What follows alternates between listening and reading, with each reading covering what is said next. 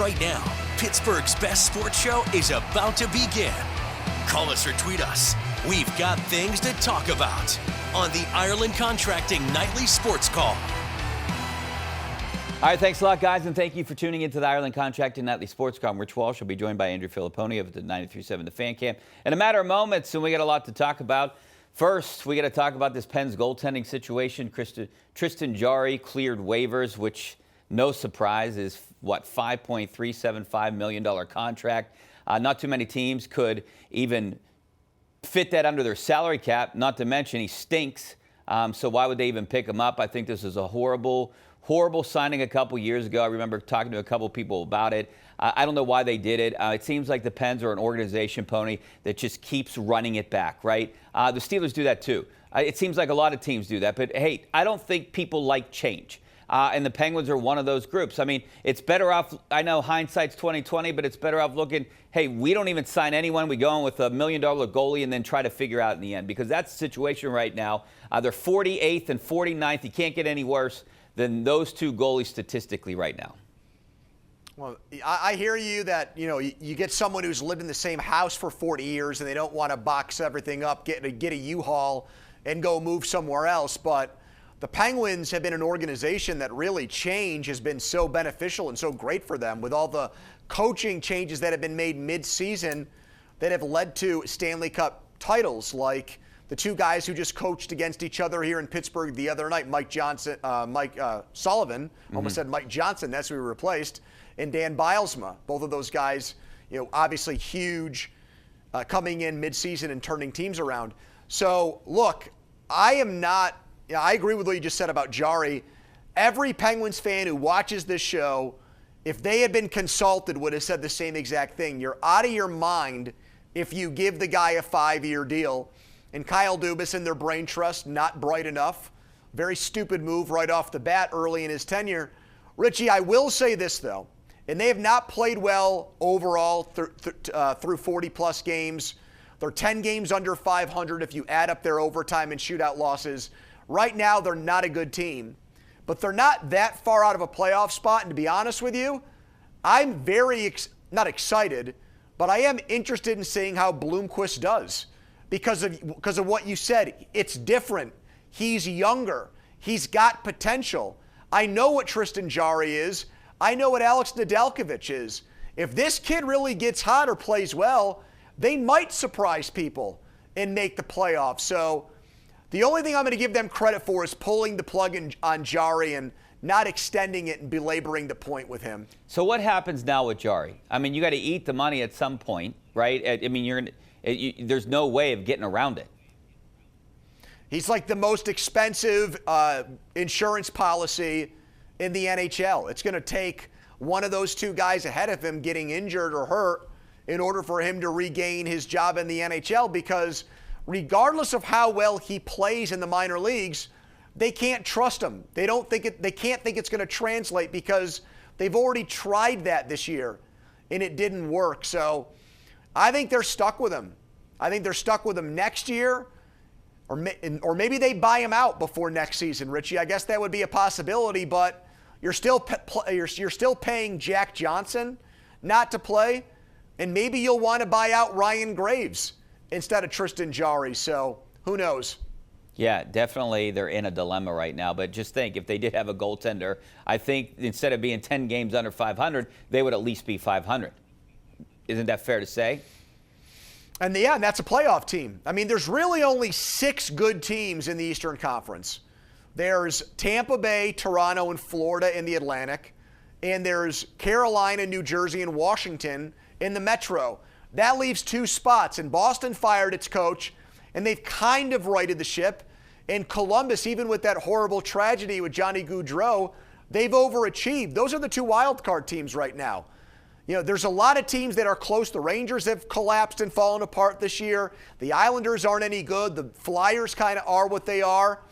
The Senators aren't ready to win Montreal. So you're in that very congested area, and you rip off a 4 or 5 game winning streak, Richie, you're in a playoff spot. And that's why it's so important that Bloomquist is here, because honestly, the 2 games that ended this homestand, Seattle and Tampa Bay, if they get average goaltending in those games, they win both.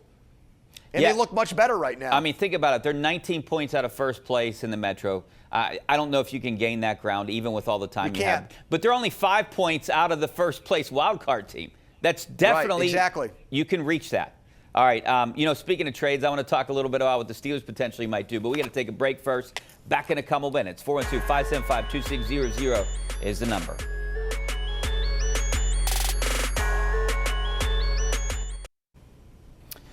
All right, welcome back to the Ireland Contracting Nightly Sports Call. This is our GMC tweet of the night. This is from the Brewers. We're heartbroken to announce that the Brewers icon and Baseball Hall of Famer Bob Uecker passed away today at the age of 90. Pony, did you ever have a chance to meet him? I mean, the guy's legend, Mr. Baseball. He went from being a 200 backup catcher to eventually being a broadcaster, a scout, an actor, comedian. I mean, I think he's best known, nationally for being Harry Doyle in Major League. A tremendous job in that. But the guy had all kind of talents. Yeah, he did NBC baseball broadcast for a long time, too. Yeah, he was one of the great guys who transitioned from being a player to not being an analyst, but being a play-by-play guy. You don't see that very often anymore, where the guy, instead of being someone who comments on the game, actually tells you what's happening. So he was one of a kind, a true character in baseball, one of the great comics, like you said, very quick-witted, very clever, very funny, and somebody that even though he called games in Milwaukee, not exactly the Dodgers or the Yankees or one of those glamour teams, everybody in baseball loved Bob Uecker, including Paul Skeens. When the Pirates went there, Skeens said, "I got to meet Bob Uecker," and they met and took pictures and everything else. And I bet Paul right now really cherishes that memory and moment that he had with one of the great iconic voices in baseball history. He also had a role in a show called Mr. Belvedere, which was supposed to take place here in Pittsburgh. All right. Really? I didn't know that part of it. I think it was. I think they filmed it in L.A., but I think it was set to take place here in Pittsburgh. All right. Back to trades. We were just talking a little bit about the Penguins. Now I want to get to the Steelers and George Pickens. What do you do with them? Do you try to trade them? Can you even try to trade them? Because I have an idea, but I want to get your thought first, Pony. You have to. I think you definitely got to look around here. I don't want to give the guy a contract extension, given how the season ended, both performance, behaviorally. I'd much rather see if I can get someone who's really close to winning a championship and needs one more weapon to make a dumb deal in order to try to get that guy in their offense and think, well, maybe if he's not a number one wide receiver, or maybe if he's got a better quarterback, or maybe a more stable locker room. I don't know, but I'm sure because of his talents, somebody will want to take a shot on him. I don't think you're going to get a ton because he's in the last year of his deal, but I'd rather get a decent pick than roll the dice with George Pickens in 2025. I don't know what a decent pick is, but for me, I wouldn't want anything above a fourth rounder. I would want something, I would think you're just giving him away for, say, a fourth or fifth or sixth rounder. I think a third rounder is the sweet spot. Yeah, I think that's the right call by you. I think that's probably where it lands. My idea, and I think maybe the easiest way or the best way to get a deal done with Pickens is on draft day. Say you're picking 21. Maybe you can move up like 7 spots if you trade him, right? Is that fair? I mean, what kind of number do you put on Pickens or evaluation? How many spots can you move up? Could you move up 10 if you're adding a George Pickens to the mix? Do you think a team would do that? That's interesting. I think, yeah. I think you could move up 10 spots, go from the mid-20s or low 20s to the, maybe the 13th or 12th pick if it's your pick plus George Pickens for that team's first-round pick. I don't think that that's out of the question. The issue there, though, is, what will the Steelers have done in free agency? Because free agency is in March and the draft is in April. So, to your point, they'd have to get their George Pickens plan A. They'd have to get the guy to replace him before they made that deal. If they don't, are they going to trade George Pickens and then draft somebody either with the pick that you're talking about or in the second round who becomes your number one wide receiver? I think that's a risk. So, yeah, so to your point, do I think that his value is enough to move up in the first round like that? Yes, I do. I think that could happen.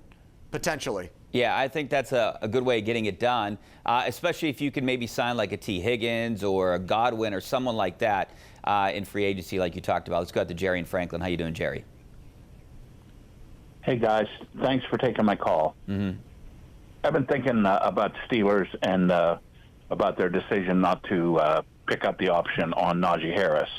And I agree with that decision, but I really wish that we could have taken advantage of his receiving skills. And I'm thinking back to the game that we beat Cincinnati, and he was an absolute beast coming out of the backfield and receiving that day. And I just wish through the years they could have taken advantage of that, and I think things may have been a little different for him in Pittsburgh. Jerry, good question, but I actually think Jaylen Warren's a better receiver out of the backfield. I'd rather see him playing that role than Naji Harris. Pony? Yeah, I totally agree. I think he's better in the open field. Now, Naji probably sheds tacklers better, but when you've got space, he can get around defenders more, and it's not like Warren can't break off a run by shedding somebody. I mean, he's not as strong, as big as Naji Harris, but he's also a guy that has a lot more, I won't say power, but burst because of that size. So, yeah, I don't look at this. The only thing I'll say about Naji Harris in the what-if game is their quarterbacks have been either so inconsistent or lacking the ability to beat teams downfield that I think teams loaded up to stop the run against the Steelers and dared them to throw the ball. And if Naji Harris goes to a team where defenses have to play them differently, I could see him being more efficient next year with his new team, Richie. Do you think he's going to get a big contract? And I say big contract, more than $6 million, because that's would have been the fifth-year option. Yes. You do? I do. I don't think it'll be a lot more than that. But I think he could sign a 3-year, $21 million deal where maybe half of that or a little bit more than that is guaranteed.